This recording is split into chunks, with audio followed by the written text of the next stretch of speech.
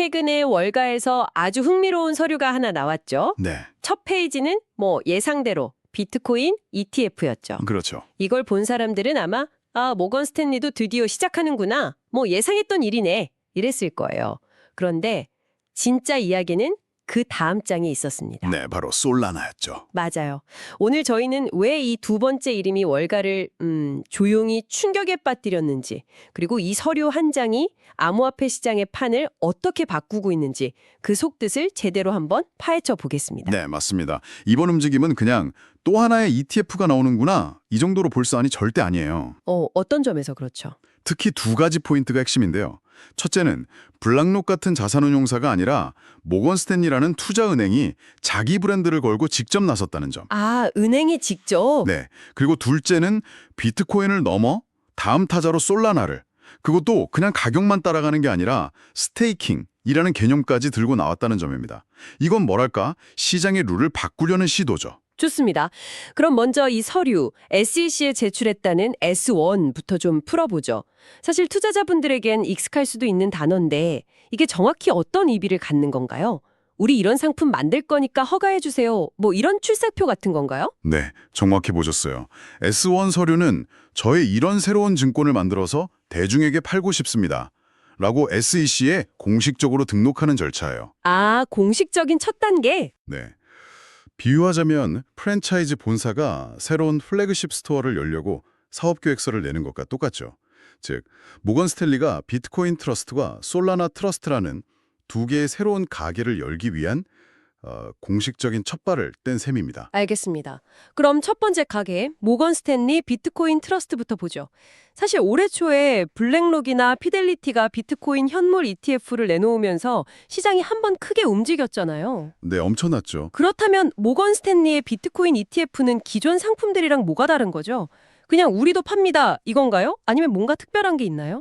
구조적으로만 보면 기존 상품들이랑 거의 같아요. 펀드가 실제 비트코인을 직접 사서 보관하고 그 가격의 움직임을 그대로 따라가는 가장 정직하고 보수적인 방식이죠. 레버리지나 파생 상품 같은 건 안 쓴다. 네, 맞습니다. 안정성을 최우선으로 한 모델이에요. 그렇다면 투자자 입장에서는 실질적인 차이가 뭘까요? 이미 좋은 상품이 많은데 굳이 모건 스탠리 상품을 사야 할 이유가 있을까요? 바로 그 지점이 중요합니다. 차이는 상품 구조가 아니라 누가 파느냐에 있어요. 누가 파느냐? 네. 블랙록은 세계 최대 자산운용사지만 모건 스탠리는 투자은행이거든요. 그게 어떤 차이를 만들죠? 모건 스탠리는 전 세계 고액 자산가들의 자산을 직접 관리하고 상담해주는 그 프라이빗 뱅킹 네트워크가 정말 막강하거든요. 알겠습니다. 그러니까 상품을 그냥 진열해놓고 찾아오는 손님을 기다리는 마트랑 VIP 고객한테 직접 전화해서 회장님 이번에 아주 좋은 상품이 나왔습니다. 이렇게 1대1로 판매하는 백화점 명품관? 이런 차이군요. 와, 완벽한 비유입니다. 딱 그거예요.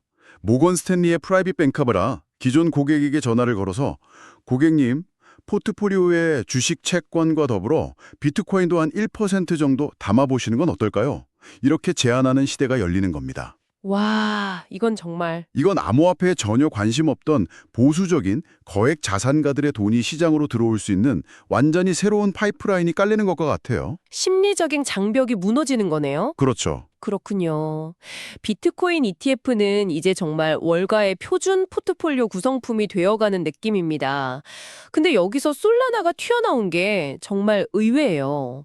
저도 이 자료 보면서 가장 먼저 든 생각이 왜 이더리움이 아니지? 였거든요. 다들 그렇게 생각했을 겁니다. 아마 듣는 분들도 같을 텐데 이 선택의 배경을 좀 더 깊게 들여다봐야겠습니다. 그게 바로 이번 S1 서류의 진짜 핵심이죠. 이 선택은 암호화폐 ETF 시장의 2막이 시작됐다는 신호탄이에요. 2막이요? 네. 1막의 주인공이 비트코인이었다면 그 주제는 디지털 금의 가치를 제도권으로 가져오는 것이었습니다. 가치 저정 수단으로서의 비트코인을 인정받는 과정이었죠. 이제 2막은 솔라나 같은 스마트 컨트랙트 플랫폼으로 전쟁터가 확장되는 걸 의미합니다. 스마트 컨트랙트 플랫폼. 그러니까 단순히 금괴처럼 가치만 저장하는 게 아니라 그 위에서 다양한 앱이나 서비스가 돌아가는 훨씬 더 역동적인 블록체인을 말하는 거군요. 애플의 iOS나 구글 안드로이드 같은 운영체제처럼요? 맞습니다. 비트코인이 금괴라면 솔라나는 그 위에 백화점도 짓고 아파트도 올리고 공원도 만들 수 있는 뭐랄까 강남의 땅 같은 개념이죠. 아, 성장 가능성이 있는 땅. 네. 즉 가치 저장을 넘어서 무한거를 계속 만들어내고 성장하는 성장형 자산이라는 겁니다. 모건 스탠리는 수많은 스마트 컨트랙트 플랫폼 중에서 솔라나를 그 대표 주자로 보고 시장을 선정하려는 전략적 선택을 한 거죠. 하지만 솔직히 좀 의문이 드는 지점도 있어요. 어떤 점이신가요? 솔라나가 과거에 네트워크 중단 문제로 비판을 좀 많이 받지 않았나요? 안정성이 최우선인 기관 투자자들에게는 그 점이 큰 약점으로 보일 수도 있을 텐데요. 모건 스탠리 같은 거대 은행이 이런 리스크를 감수하고 베팅을 했다는 게 좀 놀랍습니다. 아주 날카로운 지적이세요. 분명 솔라나의 과거 네트워크 불안정성은 큰 리스크 요인이었죠. 하지만 반대로 생각하면 모건 스탠리가 그럼에도 불구하고 솔라나를 선택했다는 건 그 리스크를 상쇄하고도 남을 압도적인 장점이 있다고 판단했다는 뜻이 됩니다. 예를 들면 어떤 장점일까요? 아마도 이더리움보다 훨씬 빠른 처리 속도와 낮은 수수료, 그리고 최근 급성장하고 있는 개발자 생태계의 잠재력을 높이 평가했을 가능성이 크죠. 이미 엄청난 내부 실사를 거쳐서 이제는 안정화 단계에 접어들었다는 확신을 가졌을 수도 있고요. 그리고 이 솔라나 ETF에는 그냥 가격만 따라가는 게 아니라 스테이킹이라는 특별한 기능이 포함될 가능성이 크다고 하셨죠. 이 개념이 왜 그렇게 중요한 건가요? 이게 바로 게임 체인저가 될 수 있는 부분입니다. 스테이킹을 아주 쉽게 설명하면 은행 예금 이자랑 비슷해요. 예금이자요? 네. 내가 가진 솔라나 코인을 네트워크의 안정과 운영을 위해 잠시 맡겨두면 그 대가로 네트워크가 저한테 새로운 솔라나 코인을 이자처럼 취급하는 구조입니다. 잠깐만요. 그럼 그 보성은 어디서 나오는 건가요? 허공에서 생기는 돈은 아닐 텐데요. 좋은 질문입니다. 그 보상은 네트워크의 규칙에 따라 새로 발행되는 코인, 즉 인플레이션 보상과 네트워크 사용자들이 지불하는 거래 수수료의 일부로 구성됩니다. 아, 즉 네트워크가 활발하게 사용될수록 스테이킹 참여자에게 돌아가는 보상도 커지는 구조죠. 중요한 건 이 ETF는 솔라나의 가격 상승에 따른 자본이득뿐만 아니라 이 스테이킹을 통해 발생하는 이자 수익까지 펀드 수익률에 포함시키겠다는 거예요. 그 지점이 핵심이군요. 이건 단순히 가격이 오르기만 기다리는 자산이 아니라 자산 자체가 일을 해서 돈을 벌어오는 이른바 현금 흐름을 창출하는 자산으로 성격이 바뀌는 거네요. 바로 그겁니다. 생각해보세요. 지금 미국 국채 수익률이 몇 %죠? 그런데 솔라나 스테이킹 수익률은 그걸 훨씬 뛰어넘을 수 있거든요. 월스트리트가 이 수익률, 영어로 yield라는 단어에 얼마나 민감하게 반응하는지 생각하면 이건 그냥 새로운 기술 상품이 아니에요. 금융시장의 수익률 지형을 바꾸는 게임 체인저로 보고 있다는 뜻입니다. 주식으로 치면 성장주인 줄 알았는데 알고 보니 고배당주이기도 한 셈이네요. 정확합니다. 정말 흥미로운 관점이네요. 그렇다면 이 모든 흐름이 앞으로 시장에 어떤 영향을 미치게 될까요?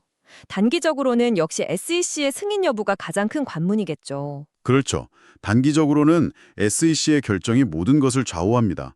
2024년 초에 비트코인 현물 ETF가 승인된 좋은 선례가 있긴 하지만 솔라나 ETF는 완전히 다른 문제예요. 스테이킹 구조 때문에 그런가요? 네, 특히 스테이킹 구조에 대해 규제 당국이 어떤 판단을 내릴지는 아직 미지수입니다. 이것이 투자자에게 추가적인 위험을 주지는 않는가, 수익률 구조는 투명하게 공개되는가, 이런 것들을 아주 꼼꼼하게 들여다볼 겁니다. 승인까지는 수개월 이상 걸릴 수 있고 최악의 경우 거부될 가능성도 항상 열어둬야죠. 만약 승인이 된다면 시장의 경쟁 구도도 크게 바뀔 것 같습니다. 이미 시장을 선점한 블랙록 같은 자산 운용사와 이제 막 들어오려는 모건 스탠리 같은 은행의 경쟁이 정말 볼만하겠는데요. 물론입니다. 본격적인 거인들의 전쟁이 시작되는 거죠. 이건 단순히 경쟁자가 하나 더 느는 수준을 넘어서 역할 분화로 이어질 수도 있어요. 역할 분화요? 예를 들어 모건 스탠리 같은 은행들은 자신들이 가진 막강한 프라이빗 뱅킹 고객 네트워크를 활용해서 상품을 판매하는 데 집중하고 블랙록 같은 자산 운용사들은 더 혁신적인 구조의 상품, 예를 들면 여러 암호화폐를 묶은 바스켓 ETF나 레버리지 상품 같은 걸 개발하는 데 주력하는 식으로요.